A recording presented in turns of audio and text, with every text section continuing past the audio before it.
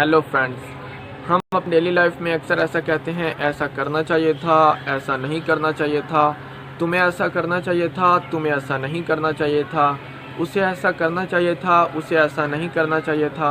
ऐसी बातों को इंग्लिश में एक्सप्रेस करने के लिए हम शुड हैव और शुड नॉट हैव का इस्तेमाल करते हैं।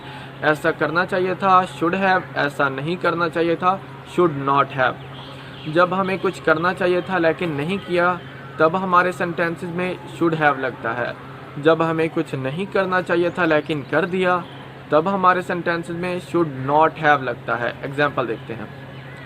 तुम्हें मेरी बात मान लेनी चाहिए थी। You should have listen to मी।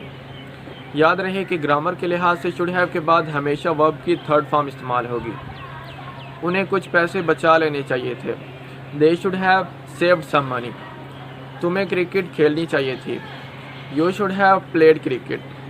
तुम्हें मुझे कॉल करना चाहिए था। You should have called me. तुम्हें इंग्लिश सीख लेनी चाहिए थी। You should have learned English. Negative sentences. उसे इस बिजनेस में पैसा नहीं लगाना चाहिए था। He should not have put money in this business. Should not को हम शॉर्ट फॉर्म में शुडंट भी कह सकते हैं। He shouldn't have put money in this business. तुम्हें मुझसे इस तरह से बात नहीं करनी चाहिए थी। You should not have talk to me like this.